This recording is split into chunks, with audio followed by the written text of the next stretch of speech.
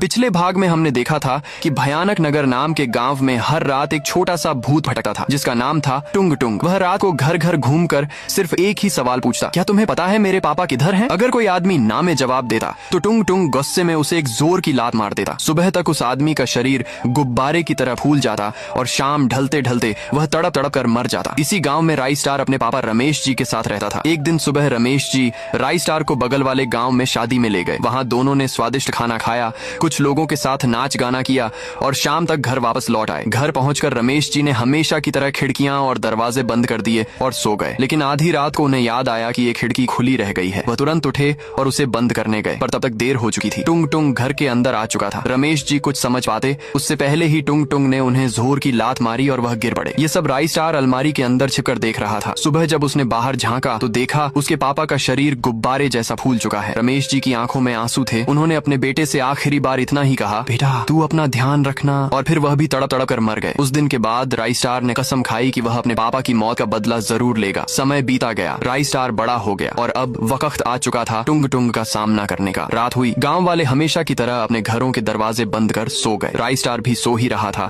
कि अचानक उसे बाहर से रोने की आवाज सुनाई दी। उसने दरवाजा खोला और बाहर निकल गया, लेकिन वहाँ कोई नहीं था। तभी उसके सामने टुंग टुंग खड़ा हो गया और वही पुराना सवाल पूछा, क्या तुम्हें पता है मेरे पापा कहाँ हैं? राई स्टार ने डर छिपाते हुए हिम्मत जुटाई और बोला, तुम पहले मुझे ये बताओ कि तुम गांव वालों को क्यों मार रहे हो? यह सुनकर टुंग टुंग की आंखों से आंसू बहने लगे। उसने दर्द भरी आवाज में कहा, मुझे मेरे पापा के पास जाना है। मैं इस गांव का नहीं हूँ। मैं 100 किलोमीटर दूर एक जंगल में अपने पापा के साथ रहता था। मेरे पापा के पास एक हवाई जहाज था। हम दोनों रोज सुबह खरीदारी के लिए उड़ान भरते थे। उस दिन भी मैं पीछे बैठा हवा खा रहा था। अचानक एक बड़ा पक्षी हमारे जहाज से टकरा गया। टक्कर इतनी तेज थी कि मैं नीचे गिर पड़ा। मेरे पापा जहाज उड़ा रहे थे, उन्हें पता भी नहीं चला और वह आगे निकल गए। मैं जमीन पर गिरकर रो रहा था। मुझे भूख लगी थी। दूर एक गाँव दिखाई दिया। सोचा कोई मदद करेगा, लेकिन मैं गलत था। हर आदमी मुझे देकर भाग गया। कुछ ने तो डंडे मारकर भगा दिया। 2 दिन तक मुझे कुछ खाने को नहीं मिला और भूख से तड़प तड़प कर मेरी मौत हो गई। तभी से मैं गांव वालों को ऐसी ही मौत देता हूँ ताकि उन्हें भी पता चले कि मरने में कितना दर्द होता है। ये सुनकर राई स्टार ने कहा, अगर मैं तुम्हारे पापा को ढूंढने में मदद करूँ तो क्या तुम गाँव वालों को माफ कर दोगे? टुंग टुंग ने सिर हिलाकर हाँ कहा। फिर राई स्टार ने अपना हवाई जहाज निकाला